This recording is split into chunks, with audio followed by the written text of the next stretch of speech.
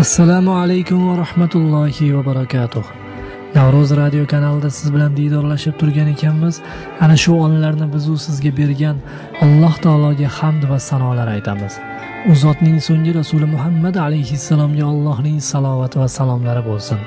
Payg'ambarimizga ergashgan sahobalar, tobiinlar va ulardan keyingi solih insonlarga Parvardigorimizning rahmatlari yog'ilsin.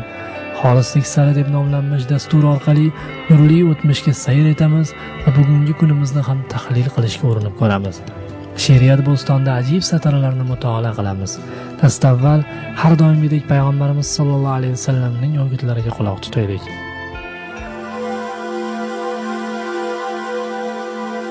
Payg'ambarimiz o'gitlari.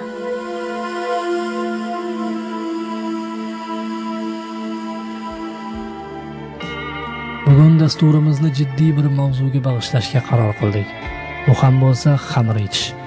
Xamir arab tilida umumiy lafzda kelib, barcha kayf beruvchi narsalarga nisbatan ishlatiladi.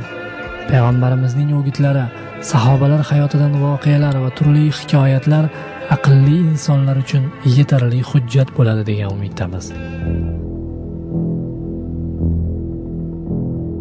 Alloh taolo Moida surasining 90-91-oyatlarida shunday deydi: Ey mu'minlar, aroq, mast qiluvchi ichkilik ichish, qimor o'ynash, butlarga sig'inish va cho'plar bilan fol ochish shayton amalidan bo'lgan harom ishdir. Bas ularning har biridan uzoq bo'lingiz. Shoyat najot topsangiz, aroq, qimor sababli shayton o'rtalaringizga bug'z va adovat solishni hamda sizlarni Allohni zikr qilishdan va namoz o'qishdan to'sishni istaydi xolos. Endi to'xtarsizlar. Alloh azza va jalla mazkur oyatlarda xamirdan ogohlantirdi, qaytardi. Ibn Abbos roziyallohu anhudan payg'ambar alayhisalom aytadilar: xamirdan saqlaninglar, zero u barcha yomonlikning kalitidir deganlar. Hokim rivoyati, hadis sahih. Kimda kim undan saqlanmas ekan, batahqiq u Alloh va rasuliga osiylik qilgan va bu bilan azobga sazovor bo'lgan bo'ladi. Alloh taolo aytadi: kim Alloh va rasuliga itoatsizlik qilib, Allohning belgilab qo'ygan hadlaridan tajovuz qilsa, uni abadiy qoladigan joyi bo'lmish do'zaxga kiritur va uning uchun xor qilguvchi azob bordir. Niso surasi 14-oyat. Ibn Abbos roziyallohu anhu aytadilar: xamir harom qilingach, Rasululloh sallallohu alayhi vasallamning ayrim sahobalari boshqalarning oldiga borib, xamir harom qilindi va shirkka tenglashtirildi dedilar. Tabaroniy, Hokim rivoyati, sahih hadis. Xamir shak shubhasiz barcha nopok ishlarning onasi bo'lib, ko'plab hadislarda uni ichgan odam la'natlangandir. Ibn Umar roziyallohu anhudan payg'ambar alayhisalom aytadilar: har bir mast qiluvchi narsa xamirdir va har bir mast qiluvchi narsa haromdir. Kimki bu dunyoda xamir ichsa va uni ichishga odatlangan holda vafot etsa, oxiratda uni ichmaydi. Buxoriy, Muslim, Abu Dovud hamda Termiziy rivoyati. Jobir roziyallohu anhudan Rasululloh sallallohu alayhi vasallam: har bir mast qiluvchi narsa haromdir. Mast qiluvchi ichimlikni ichgan kishini tinatul xobal, chiqindilar aralashmasdan sug'orish xususida Alloh huzurida ahd qat'iy qaror bor dedilar. Ya Rasululloh, tinatul xobal nima deb so'rashgan edi? Do'zax ahlining terlari yoki do'zax ahlidan ajralgan suyuqliklar deb javob berdilar. Muslim rivoyati. Yana Rasululloh sallallohu alayhi vasallam aytdilarki: kim bu dunyoda xamir ichsa-yu so'ng u uchun tavba qilmasa, oxiratda undan mahrum bo'ladi. Muslim rivoyati. Ibn Abbos roziyallohu anhudan Rasululloh sallallohu alayhi vasallam: kimda kim xamirga mukkasidan ketgan holda Allohga yo'liqsa, u zotga xuddi butparast singari yo'liqibdi dedilar. Ibn Hibbon: ya'ni xamir ichishni halol deb bilgan kimsa butparast bilan barobardir. Xamirga mukkasidan ketgan kimsa tavba qilmay vafot etsa jannatga kirmasligi xususida Abu Dardo radhiyallohu anhu Rasululloh sallallohu alayhi vasallamdan rivoyat qiladilar. Xamirga mukkasidan ketgan kimsa jannatga kirmaydi. Boshqa bir hadisda 3 toifa odam jannatga kirmaydi. Xamirga mukkasidan ketgan kimsa, qarindosh urug'chilik aloqalarini uzgan kimsa va sehrni tasdiq qilgan kimsa deyilgan. Imom Ahmad, Tabaroniy va Abu Ya'lo rivoyati. Alloh mastning bironta yaxshiligini qabul qilmaydi. Bu xususda Jobir ibn Abdulloh roziyallohu anhudan Rasululloh sallallohu alayhi vasallam aytadilar: 3 toifa odamning namozini Alloh qabul qilmaydi va ularning bironta yaxshiligi osmonga ko'tarilmaydi. Qochoq qulning to xo'jayiniga qaytib qo'lini uning qo'liga qo'ymagunicha, erini g'azablantirgan, norozi qilgan ayolning to eri undan rozi bo'lmagunicha va mastning to o'ziga kelmagunicha, ya'ni kayf tarqamagunicha. Tabaroniy, Ibn Hibbon, Ibn Huzayma hamda Bayhaqiy rivoyati.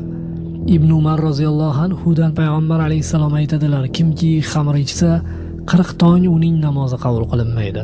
Agar tavba qilsa Alloh tavbasini qabul qiladi. Bordi-yu qaytib ichsa 40 tong uning namozi qabul qilinmaydi. Agar tavba qilsa Alloh tavbasini qabul qiladi. Yana ichsa 40 tong uning namozi qabul qilinmaydi. Agar tavba qilsa Alloh tavbasini qabul qiladi. Mabodo 4-marta qaytib ichsa 40 tong uning namozi qabul qilinmaydi. Agar tavba qilsa Alloh tavbasini qabul qilmaydi. Alloh undan g'azablanadi va uni Xobal daryosidan sug'oradi dedilar. Bir kishi Ibn Umar roziyallohu anhudan: "Ey Abu Abdurrahmon, Xobal daryosi nima?" deb so'ragan edi. U do'zax ahlining yiringlari oqadigan daryo deb javob berdi. Termiziy hamda Hokim rivoyati. Xamir ichgan kimsa uni ichayotgan vaqtida mu'min bo'lmaydi. Bu xususda quyidagi hadis vorid bo'lgan. Abu Hurayra roziyallohu anhudan Rasululloh sallallohu alayhi vasallam aytdilar: "Zinokor zino qilayotgan vaqtida mu'min bo'lmagan holida zino qiladi. O'g'ri o'g'rilik qilayotgan vaqtida mu'min bo'lmagan holida o'g'rilik qiladi. Ichuvchi xamir ichayotgan vaqtida mu'min holida bo'lmagan holida ichadi. Biroq keyin tavba taklif qilingandir." Buxoriy, Muslim hamda Abu Dovud rivoyati. Abu Hurayra roziyallohu anhudan payg'ambar alayhisalom aytdilar: "Kimki zino qilsa yoki xamir ichsa, xuddi inson boshidan ko'ylagini yechib olganidek, Alloh undan iymonni yechib oladi." Hokim rivoyati, sahih hadis. Abu Muso roziyallohu anhu aytadilar: Rasululloh sallallohu alayhi vasallam 3 toifa odam jannatga kirmaydi. Xamirga mukkasidan ketgan kimsa, qarindosh urug'chilik aloqalarini uzgan kimsa va sehrni tasdiqlagan kimsa. Kimki xamirga mukkasidan ketgan holda vafot etsa, Alloh uni Guvta daryosidan sug'oradi dedilar. Guvta daryosi nima deb so'rashgan edi? U fohishalarning farjlaridan oqadigan daryo bo'lib, do'zax ahliga ozor beradi deya javob berdilar. Ahmad, Abu Ya'lo hamda Tabaroniy rivoyati. Xamir sababli la'natlangan kimsalar xususida Ibn Umar roziyallohu anhudan vorid bo'lgan hadis hujjat bo'ladi. Rasululloh sallallohu alayhi vasallam Alloh xamirni ham, uni ichuvchini ham, quyuvchini ham, sotib oluvchini ham, sotuvchini ham, siqtiruvchini ham, siquvchini ham, olib keluvchini ham, olib keltiruvchini ham la'natladi. Abu Dovud rivoyati. Ibn Mojaning rivoyatida pulini yeyuvchini ham deyilgan. Ibn Abbos aytadilar: Rasululloh sallallohu alayhi vasallamning shunday deganlarini eshitdim. Oldimga Jibroil kelib: "Ey Muhammad, albatta Alloh xamirni ham, uni siqtiruvchini ham, siquvchini ham, ichuvchini ham, olib keluvchini ham, olib keltiruvchini ham, sotuvchini ham, sotib oluvchini ham, quyuvchini ham va quydiruvchini ham la'natladi" dedi. Ahmad, Ibn Hibbon hamda Hokim rivoyati. Xamir ichuvchilar kasal bo'lsa ziyorat qilmaslik va ularga salom bermaslik lozim. Abdulloh ibn Amr roziyallohu anhu xamir ichuvchilar kasal bo'lsalar ziyorat qilmanglar deganlar. Ibn Umar roziyallohu anhu xamir ichuvchilarga salom bermanglar deb aytganlar. Buxoriy rivoyati.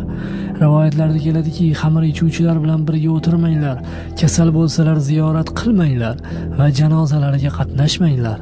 Zero xamir ichuvchi qiyomat kunida yuzi qoraygan, tili ko'ksiga osilgan, so'lagi oqqan holda keladi. Uni ko'rgan har bir kimsa undan jirkanadi va uning xamir ichuvchi ekanligini bilib oladi. Ba'zi ulamolar aytgan ekanlar, ularni ziyorat qilish va salom berish man qilinganining boisi xamir ichuvchi mal'un fosiqdir. Agar u sotib olib ichsa 2 marta mal'un, bordi-yu boshqa birovga ham quyib bersa 3 marotaba mal'un bo'ladi. Agar tavba qilsalar, ularni ziyorat qilish va salom berish joizdir. Kimki tavba qilsa, Alloh uning tavbasini qabul qiladi. Xamir bilan davolanish mumkin emas. Bu xususda mazkur hadislar hujjat bo'ladi. Ummu Salama roziyallohu anha aytadilar: Qizim betob bo'lib qolgan edi. Bir idishga xurmo solib qaynata boshladim. Shu vaqt payg'ambar alayhisalom kirib keldilar va bu nima deb so'radilar. men qizim betob bo'lib qoldi, buni unga tayyorlayotgan edim deb javob berdim. Shunda u zot sallallohu alayhi va sallam Alloh azza va jalla harom narsani da'vo qilmagan dedilar. Abu Ya'lo Bazzor rivoyati. Havoil ibn Hijr roziyallohu anhu aytadilar: Tariq ibn Suvayd Jafi payg'ambar alayhisalomdan xamir haqida so'ragan edi, uni taqiqladilar. Uni davo uchun tayyorlayman axir degan edi, u davo emas, aksincha darddir deb javob berdilar. Ahmad, Muslim, Abu Dovud hamda Termiziy rivoyat.